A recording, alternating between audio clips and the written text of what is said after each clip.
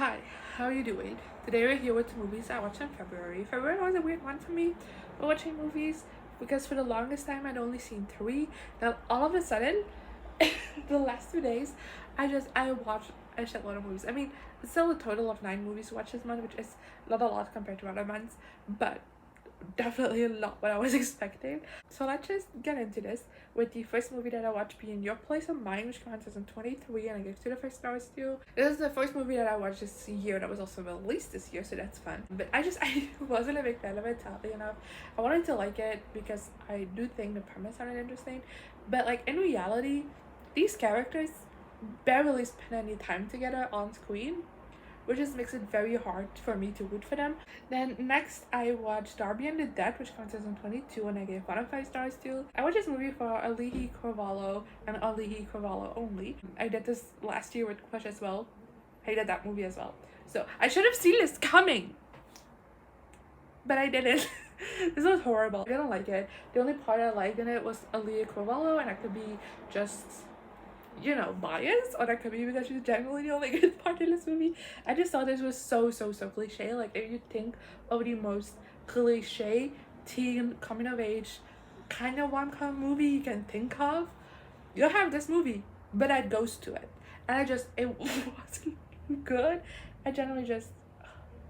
I hated it. And the next movie I watched is Black Panther Wakanda Forever, which comes out in 2022, and I gave 5 stars to. This came out on Disney Plus this month, which is why I watched it this month, because I don't have access to a movie theater, which I've said a couple of times in these videos now, but it's still true and it's still sad. It's been so since the end of 2019, and I hated my life ever since. With Wakanda Forever, I have not seen a lot of opinions on this movie, which is weird, because I feel like even now, when I'm filming this, Ant-Man and the Wasp Quantumania has been out for like a week, and I've seen review after review after review, and that wasn't the case for Wakanda Forever, which I think is odd, because I saw a lot of hype leading up to it.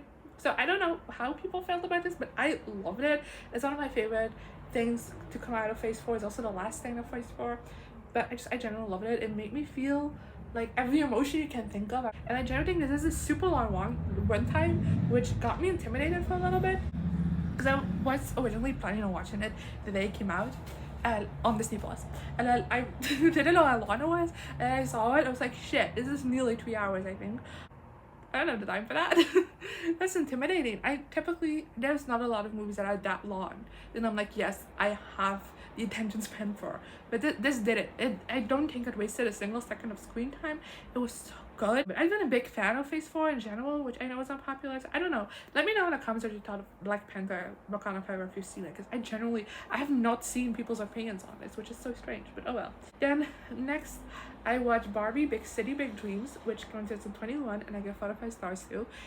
Yes, this is me in 2023 watching a more recently made Barbie movie and loving it. It's not a 5 star, it's not like a favorite, but it's so good, especially for like a Barbie movie. It's a different genre, If you don't like Barbie movies, you're never gonna like this one. But I generally had so much fun with it. It's also so fucking gay. Like, so many Barbie movies are really gay. We all know that. But I think this might be the gayest, because it's barely subsexual at this point. Like, the only thing that keeps this from being like canonically gay is them generally not using the word gay. I also really loved the music in this one. I thought they were bops, at least for like a Barbie movie. These are never songs I will listen to on my own, but like they were generally bops, so watching it, and I have an affinity for skipping songs in Barbie movies, at least the more recent ones that I've been watching as an adult.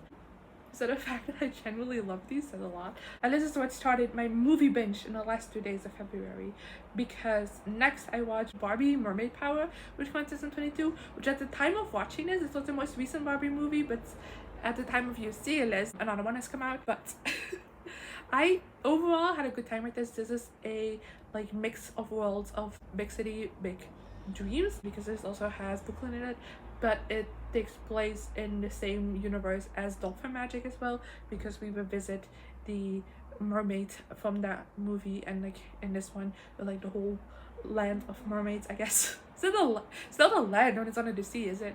I don't know, but you get what I mean, I hope. I overall had a fun time with this. Again, it was gay as fuck, of course. Like, Dolphin Magic is also a gay as fuck movie, so combine that with Big City Big Dreams, a gay as fuck movie, you'll also still get a gay as fuck movie. And you know what? I like that about it. I also really loved the Mermaid setting. I thought that was really well done. I've always had a weak spot for the fantasy Barbie movies even as a kid, so I had a fun time returning to that. The songs still slapped. I generally still really like them. I just don't feel they were integrated into story as well as with Big City Big Dreams. I feel like it, like every time it happened, just like put the story on a hold, we sing a song and then hop next. But Big City Big Dreams generally like felt part of the story and it flowed very nicely. Then next I watched Barbie and Chelsea, The Lost Birthday, which came out in 2021. And I gave it 5 stars too. This is the last of the more recent Barbie movies that I still had to watch. I didn't like this. I didn't really like Chelsea as a protagonist. I don't think that was my problem with this, because I thought she was a fun character to follow and I liked some of the messaging in this. Like, yes, it's very like heavy-handed, but it's a kids movie. What do you want? But overall, I thought it was boring. I thought the story was boring and it was dragged out, which feels stupid to say because these movies are like an hour long, not much longer. Then next I watched Duel, which came out in 2022, and I gave 2 to 5 stars too. This was just a disappointment. Like, the only reason I watched this, or like this came on radio, because I hadn't heard of this for like, most of the time, but then a lot of people I follow like posted their like and the favorites of 2022 movies thing, and Duel was on a lot of those lists, and every single time it was pitched I was like, oh my god, this sounds so interesting. And then the people went on talking about how much I loved it. I was like, oh my god, I need to watch it. So I watched it. I wasn't a fan of it. I don't think like it's good up until a certain point. Like, I mean, it's good. It was enjoyable for me to watch. I had a fun time with it. I was intrigued by it. And then something happens, which I can't tell you because it's spoilers. But something happens. I would say it's a little over halfway through.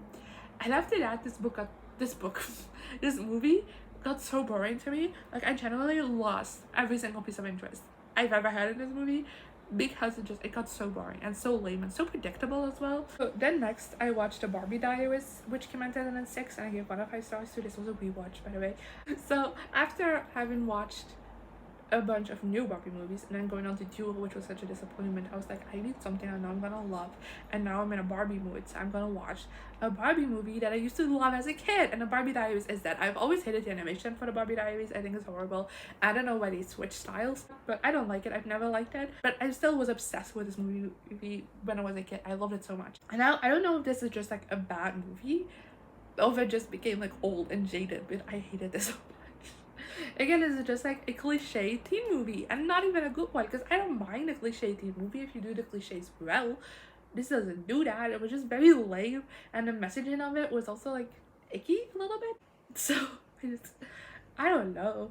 The animation is still terrible. I don't really like the music in it. And then last for today, we have X-Men Apocalypse, which comes in 2016, and I give 2 to 5 stars too. I'm finally back on my X-Men shit. Are you happy? I was a bit nervous to get to Apocalypse because I know this is a movie, because you've had some back-to-back bangers, you know, that are well received, and then now we get to Apocalypse, which is like the first one again that people don't like as much. So I was nervous, but I still had a fun time watching the movie. I recognize it's not great, and I totally understand people's issues with it and why it is seen as not a good one. I generally just had a fun time with it, and I also, while watching this, because a big chunk of the first half of this movie takes place at the school, and part of me just wants a movie that's just like your stereotypical teen coming of age movie, but like at the school, like with mutants. I think that would be so much fun. Like, no big bad to fight.